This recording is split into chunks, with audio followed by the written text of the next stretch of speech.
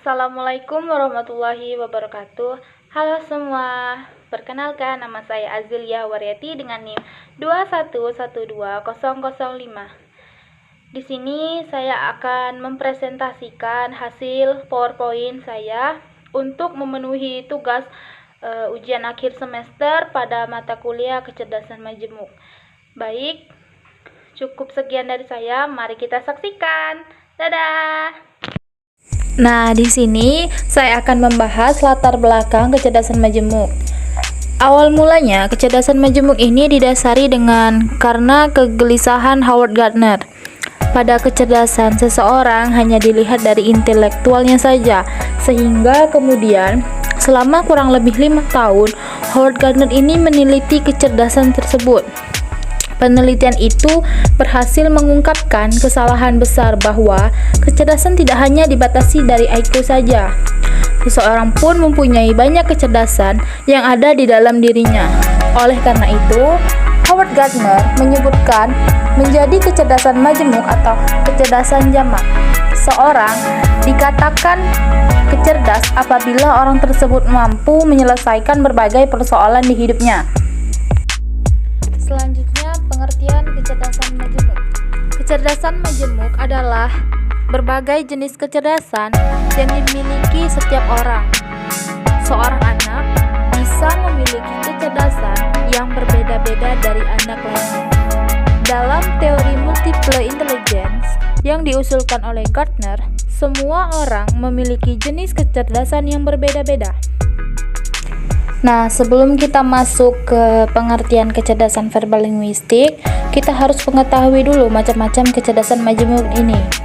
Kecerdasan majemuk menurut multiple intelligence yaitu ada 9. Yang pertama, kecerdasan verbal linguistik. Yang kedua, logis matematis.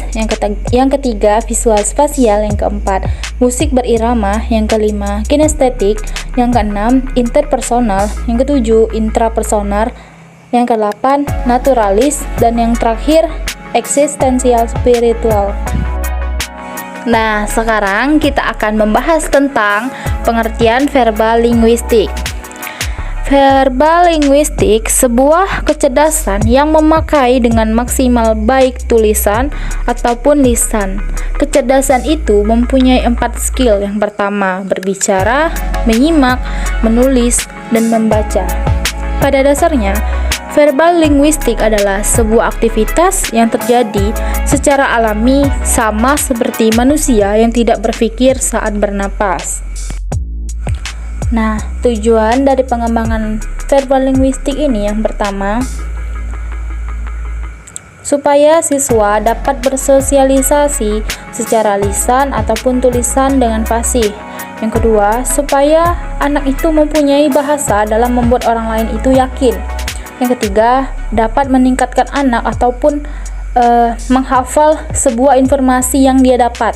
Yang keempat, dapat menjelaskan, dan yang kelima, dapat menyiapkan dengan gaya bahasa sendiri. Nah, sekarang kita akan membahas tentang fungsi pengembangan verbal linguistik. Menurut Halliday, menjelaskan berbagai fungsi bahasa untuk anak, yaitu yang pertama, fungsi instrumental. Fungsi instrumental tersendiri itu berfungsi untuk instrumen perpanjangan tangan, seperti minta bantuan ataupun tolong bawakan buku itu. Nah, yang kedua, fungsi regulatif. Regulatif ini digunakan untuk memanajemen manusia, seperti jangan sampai tulis di buku itu. Nah, yang ketiga, fungsi interaksional. Berfungsi untuk bersosialisasi, seperti halo, gimana kabarmu?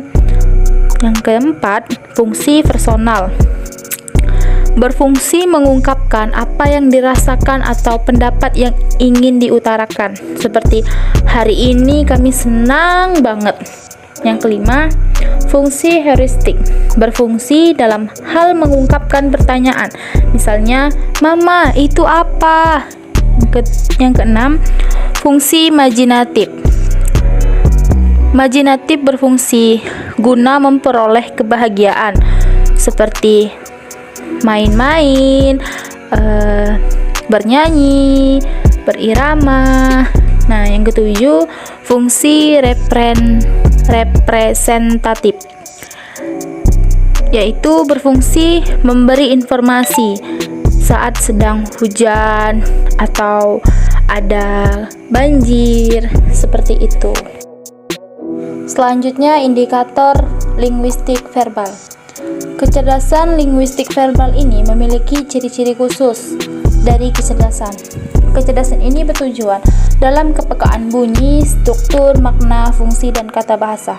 Individu yang memiliki kecerdasan ini cenderung menunjukkan hal-hal yang sebagai berikut. Yang pertama, senang dan efektif berkomunikasi, baik lisan maupun tulisan. Yang kedua, senang dan baik dalam mengarang cerita. Yang ketiga, senang berdiskusi dan mengikuti debat suatu masalah.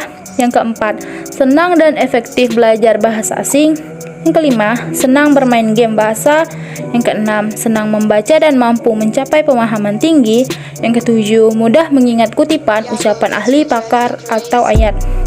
Yang kedelapan, tidak mudah salah tulis atau salah eja. Yang kesembilan, pandai membuat lelucon. Yang kesepuluh, pandai membuat puisi. Yang kesebelas, tempat dalam tata bahasa. Maaf, saya ulangi, tepat dalam tata bahasa.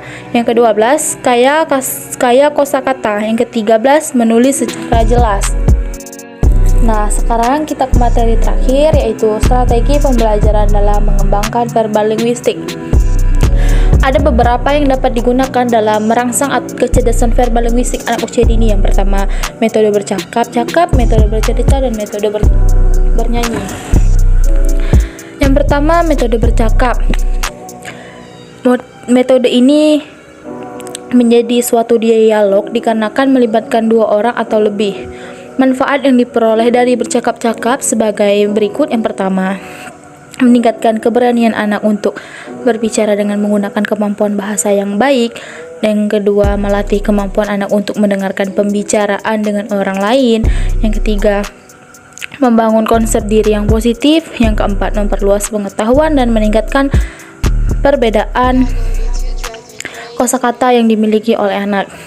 Yang kedua, metode bercerita. Bercerita ini merupakan cara bertutur dan menyampaikan cerita atau memberikan penjelasan secara lisan. Bercerita juga merupakan bentuk untuk menyampaikan nilai-nilai yang berlaku di masyarakat. Isi cerita yang disampaikan diusahakan berhubungan dengan dunia kehidupan anak yang penuh kegembiraan. Yang menuntut isi cerita memiliki unsur yang dapat memberikan perasaan. Selain itu, metode bercerita dapat membantu anak dalam mengembangkan dan melatih kemampuan bahasa yang anak miliki. 3. Metode bernyanyi. Bernyanyi merupakan kegiatan di mana kita mengeluarkan suara secara beraturan dan berirama, baik diiringi oleh iringan musik ataupun tanpa iringan musik. Bernyanyi berbeda dengan berbicara. Bernyanyi memerlukan teknik-teknik tertentu, sedangkan berbicara tanpa perlu menggunakan teknik tertentu. Banyak manfaat untuk pembelajaran anak usia dini, yaitu bernyanyi dapat menyenangkan anak, bernyanyi dapat dipakai untuk mengatasi kecemasan, dan terakhir, bernyanyi merupakan media untuk mengekspresikan perasaan. Baiklah, demikian beberapa hal yang bisa saya sampaikan pada kesempatan ini. Tidak lupa pula kita ucapkan alhamdulillah. Saya mohon maaf sebesar-besarnya apabila ada tutur kata yang kurang berkenan bagi yang menonton video presentasi saya. Dengan ini presentasi saya tutup. Terima kasih sudah menonton video presentasi saya. Semoga presentasi saya dapat bermanfaat untuk kita semua. Wassalamualaikum warahmatullahi wabarakatuh.